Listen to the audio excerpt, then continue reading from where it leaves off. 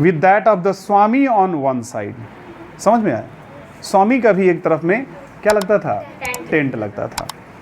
And my own on the other, मेरा भी tent वहीं आसपास में लगाते थे, उन्हीं के आसपास में मेरा भी लगता था। Was generally place near some advantageous spot for the lighting of the evening fire. हम लोग ऐसा जगह में रखते थे जहाँ पर माने एडवांटेजेस मिलता था, लाभ मिलता था। इवनिंग फायर, शाम वगैरह का आग वगैरह जब जलता था तो हम लोग के आसपास में ही रहता था। And thus his neighbourhood tended to form a social centre. और तब स्वामी जी एक जगह जब बैठते थे, आसपास में जितने भी नेबरहुड वाले लोग थे उनके आसपास में आकर के बैठ जाते थे इवनिंग में, शाम के समय में, मैंने स्वामी जी के बातों को सुनने के लिए। सैकड़ों साधु सन्यासी है ना वहाँ पर चलते रहते थे लोग। There were hundreds of monks, सैकड़ों साधु लोग जो है ना रहते थे, of all the orders with their गेरुआ टेंट। उन लोगों का टेंट का कलर क्या रहता था? गेरुए रंग का। Some no larger than a good sized umbrella, माने एक अच्छा खासा छाता से बढ़ करके नहीं था, बस छाता के बराबर का उनका होता था।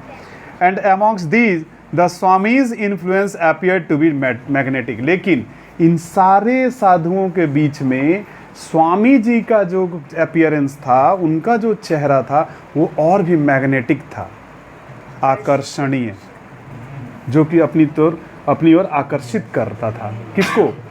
स्वामी जी। स्वामी जी का चेहरा लोगों को आकर्षित करता था, मोहित करता था। समझ में आ रहा है?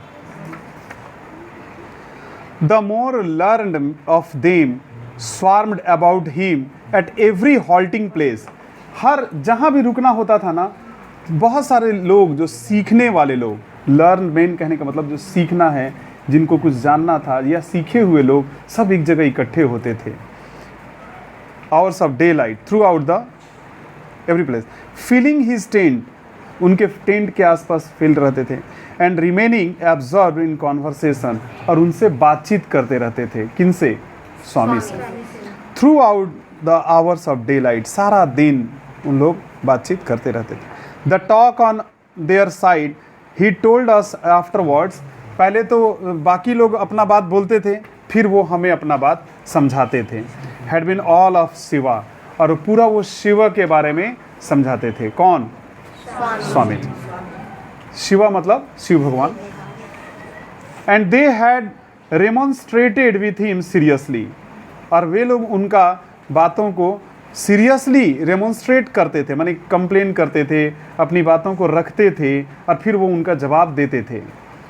When he had insisted occasionally on drawing their attention to the word about them, जब वो कहते थे बड़ा ध्यान से, ऐ सब लोग मेरी बातों को सुनो ध्यान से, ऐसे जब वो कहते थे सब लोग उनके बातों को सुनते थे। इवन फॉरेनर्स, फॉरेनर लोग भी, फॉरेनर मतलब समझ गया ना, विदेशी लोग भी, दे आर्ग्यूड वेयर मेन, वे लोग भी आर्ग्यू करते थे स्वामी जी से। रिलीजियस आर्गुमेंट चलता था, मैंने धार्मिक विचारधारा का बातचीत चलता था। वाई मेक सम सच डिस्टिंग्विश बिटवीन स्वदेश एंड विदेश, तो कुछ किसी ने पूछा कि ठीक है, आप सबको जब एक कहते हो, सब कुछ समझाते हो, तो ये स्वदेश विदेश आपने क्यों बना रखा है? मैंने भारत के लोग स्वदेश विदेश क्यों कर रखे हैं? Nor could many of them understand the warmth of his love and sympathy of the Mohammedanism. बहुत सारे लोग मोहम्मडनिज्म को लोग नहीं समझ पाते थे, मैंने जो मोहम्मडन का जो तौर तरीका है उसको नहीं समझ पाते थे लोग। The same other word lines that made स्वदेश एंड विदेश इनडिस्टिंग्विशेबल, माने उसी तरीके से जैसे हिंदू मोहम्मडन्स इन सब चीज़ों को लोग नहीं समझ पाते थे, वैसे ही स्वदेशी विदेशी इन सब का डिफरेंसेस लोग नहीं समझ पाते थे। Also prevented these simple souls from formally conceiving of a unity, जबकि इसके बावजूद भी वो बताते थे कि हमारे यहाँ यूनिटी तो कम से कम दिखता है, unity in which Hindu and Mohammedan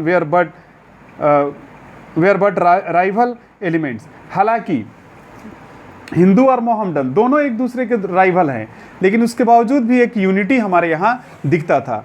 देखो, जो इंडिया पाकिस्तान के लड़ाई के बाद जो हिंदू और मुस्लिम के बीच जो हालात खराब हुए हैं, वो इतना खराब पहले नहीं था।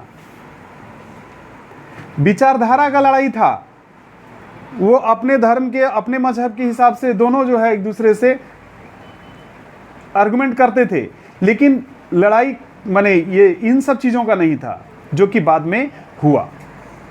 The soil of the Punjab they argued, यहाँ तक कि जो वहाँ के पंजाब के जो लोग थे ना, वो लोग कहते थे कि भाई पंजाब की मिट्टी को आप दोनों ने, हिंदुओं ने और मुसलमानों ने, आप लोगों ने पंजाब की मिट्टी को पूरा रक्तपात कर दिया, रक्त से भर दिया। आप लोगों की लड़ाई में पंजाब जो है ना, पंजाब, देखो पंजाबी कभी भी अपने आप को हिंदू नहीं कहते हैं। वो लोग सिख कहेंगे, पंजाबी कहेंगे, मगर वो लोग हिंदू नहीं कहते, मुस्लिम भी नहीं कहते। हाँ, वो लोग, उनका अपना एक धर्म है ना, वो लोग तो गुरु नानक को मान के चलते हैं, वो हम लोगों की तरह तो नहीं करते, उनका अपना एक धर्म है, इसीलिए वो लोग हिंदुओं को नहीं मानते। अब उनके अंदर में इसीलिए तो खालिस्तान का लड़ाई चल रहा है ना, आजकल देख रहे हो टीवी में आ रहा है।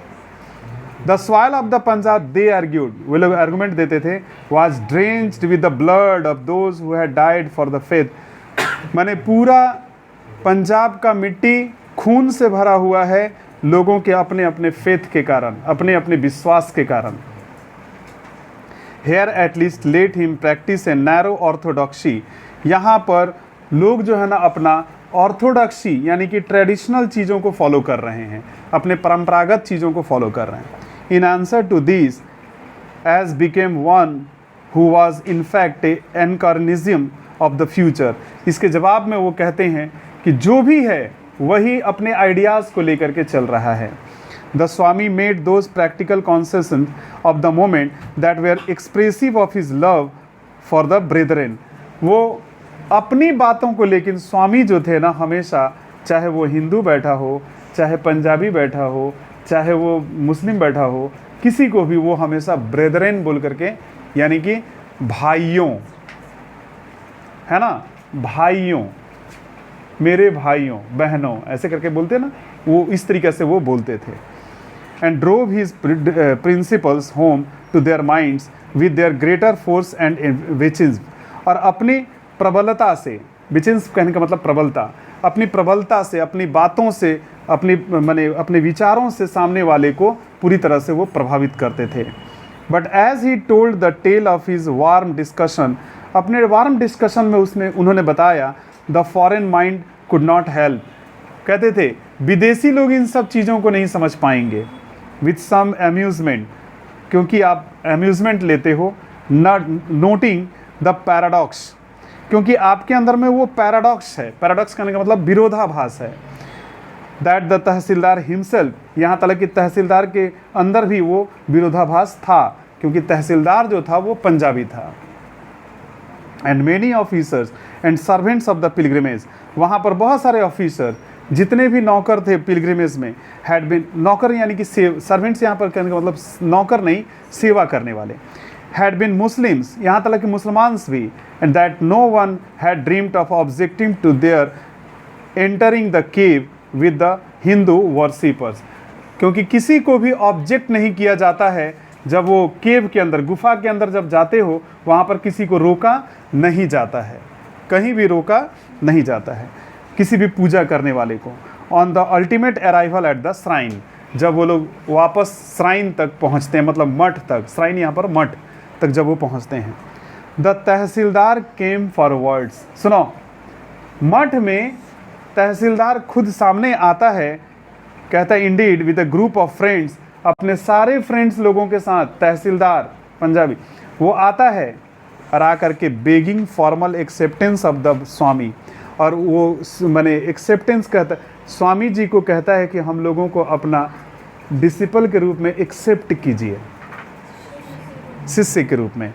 And in this no one seem to find anything incongruous और सरप्राइजिंग, इसमें किसी को भी स्ट्रेंज नहीं लगा, इसमें किसी को भी सरप्राइजिंग, आश्चर्यचकित बहुत ज़्यादा नहीं लगा। कारण स्वामी जी की बातों को सुन करके कोई भी इतना प्रभावित होता था कि उनका वो डिसिपल बन जाता था, उनका शिष्य बन जाता था। समझ में आ सिस्टर निवेदिता के बारे में हम लोगों ने पढ़ा, डिस्कस किया। स्वामी विवेकानंद के साथ अमरनाथ की यात्रा में वो निकली हैं। देखो, स्वामी विवेकानंद से सिस्टर निवेदिता का मुलाकात पहली बार लंदन में हुआ था। कहाँ हुआ था? लंदन में। एक्चुअली उनका नाम क्या था बताइए, देखिए कितने को याद है,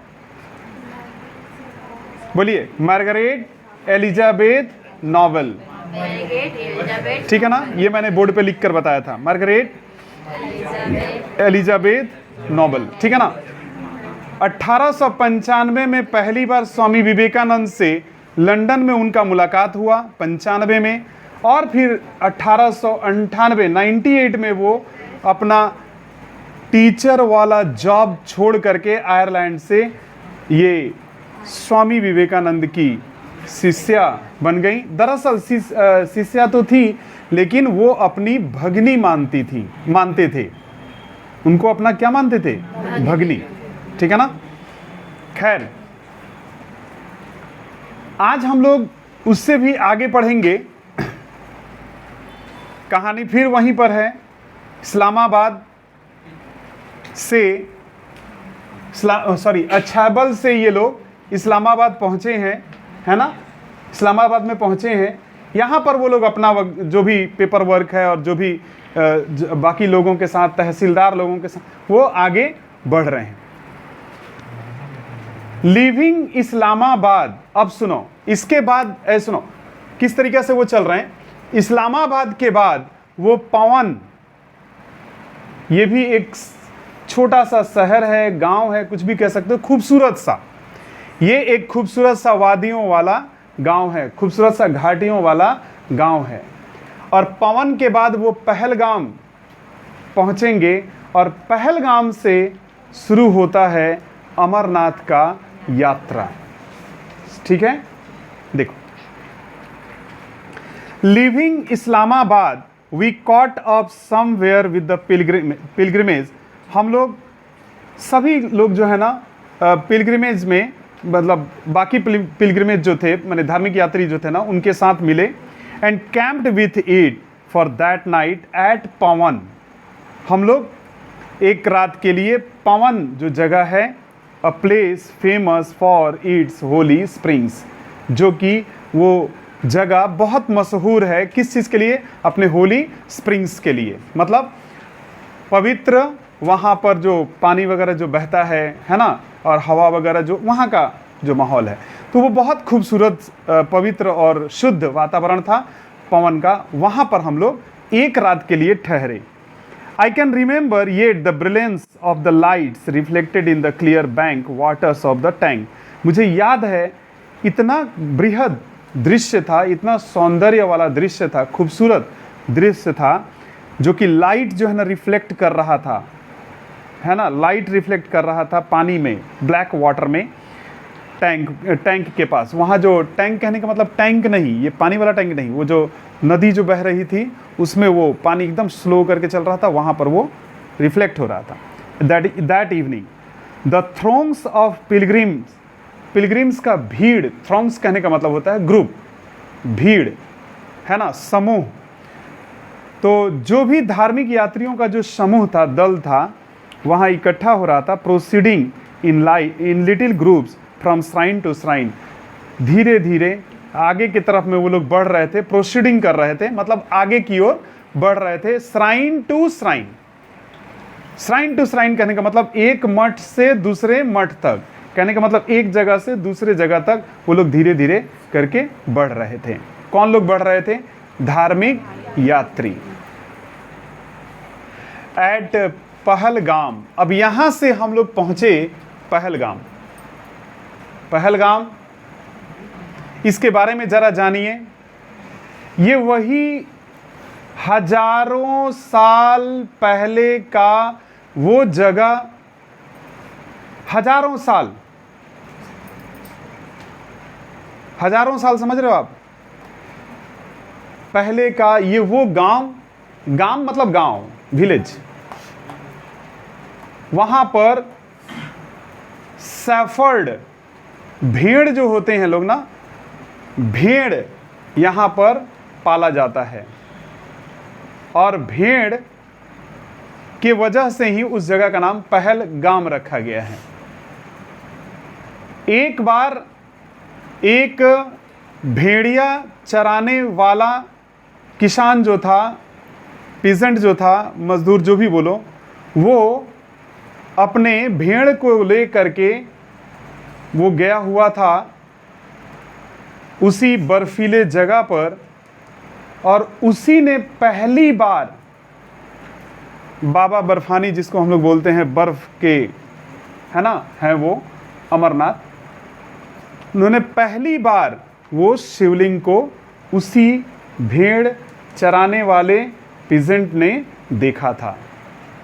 और ये पूरा बर्फ का बना हुआ है, मतलब पूरा जो शिवलिंग है वो पूरा बर्फ का बना हुआ है। बर्फ हमेशा गल जाता है, लेकिन वो जो है कभी गलता नहीं है, इसीलिए उस शिवलिंग को अमर कहा गया है। और इस अमर मतलब जो कि न मरे, जिसको मारा नहीं जा सकता, जो मर नहीं सकता, इसीलिए अमरनाथ। अब क्लियर हुआ। और पहली बार उस भेड़िया चराने वाले व्यक्ति ने ही मैंने उनको पहली बार देखा था, और उसके बाद से फिर तो अब आज तक चलता ही जा रहा है, लोग वहाँ दर्शन करने पहुँचते हैं। लेकिन दर्शन करने जाना भी इतना आसान नहीं है। किस तरह से पहलगाम से अमरनाथ तक, मतलब पहलगाम से अमरनाथ तक कैसे वो लोग पहुँचे, अब हम लोग आगे पढ़ेंगे। लेकिन पहलगाम का खूबसूरत वो गांव या शहर, जो भी कह सकते हो, आज की डेट में तो वो शहर है, उस समय में गांव रहा होगा, अभी तो वो बहुत ही अच्छा शहर है।